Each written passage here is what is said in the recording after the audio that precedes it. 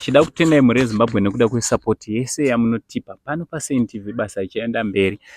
Panapa patakagara kapamba paMai Tsitsi. Tsitsi wachona ndeuyo ari pekutanga kana kuti Naomi. Naomi ndeuyo ari kucheuka uyu. Andira neshoti yeuyu. Anditi so ndofunga video rekutanga munoriziya kuti ndakatanga kuona Tsitsi. Tsitsi ndiye wangu panapa. Tsitsi ndiye wangu. Aiwa tichida kuramba chingotenda nekuti munoramba muchitsigira kunyangwe namai vana Tsitsi naNaomi. Vatete munofarere? Tinofara, makasimba here mukoma? Aiwa tinosimba. Yakadi muri? Muri ndiyo iri. Anditi vasikana tiri kuvaona nakupana nakuda. Mai papa tichaziva kuti mukuru ndeupere papa vatoenzana kupana kuda. Kutokura kutodarika mombe. Anditi makutotaura uya hatotauri uyu ndiye akuda kutotaura. Ndiye akuda kutotaura. Ndipo marwa. Anditi aiwa pakanaka pakadaro.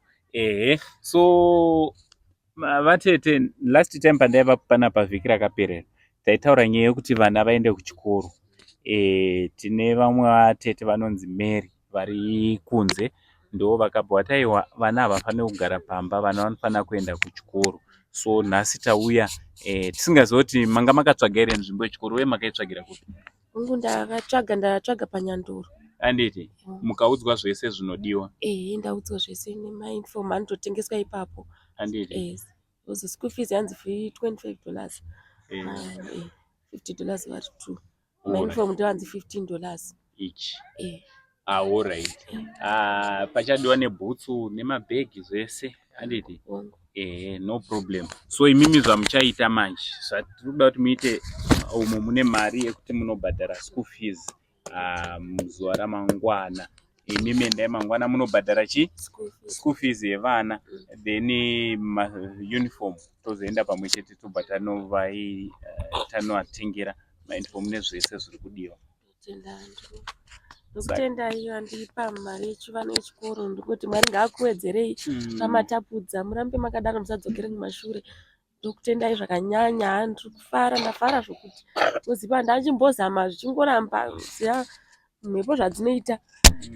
Saka ndafara zvokuti ngoti Mwari variko vakakuitire zvakanaka. Chitendoona hangu ivava munhu anonamata ari umwe munhu aangadai akangodzokera mumashure akangonditonazvo, but munhu anongoshingira vachitukwa vachiitwa sei, asi ndingoona kuti varingoramba vakamira neni.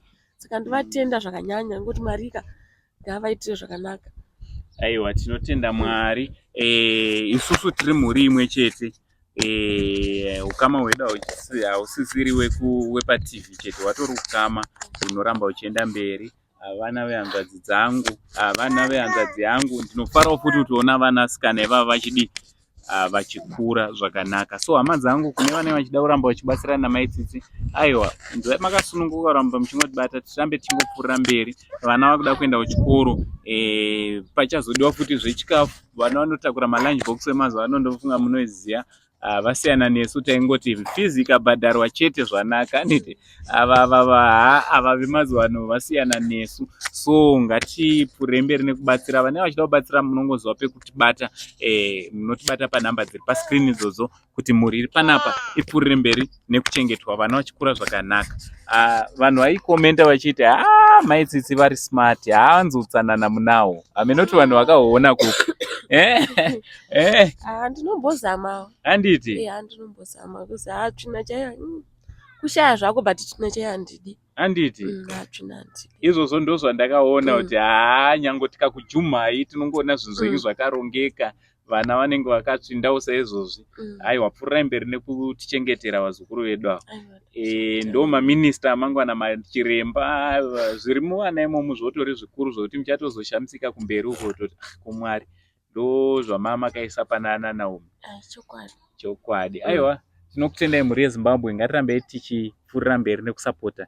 Please share and like this video. From Uncle Saint, the only Zimbabwean uncle. And tinosubscribe zvakare kana sata subscribe nekufollow our Facebook page Saint TV. Chitichi, much love and God bless.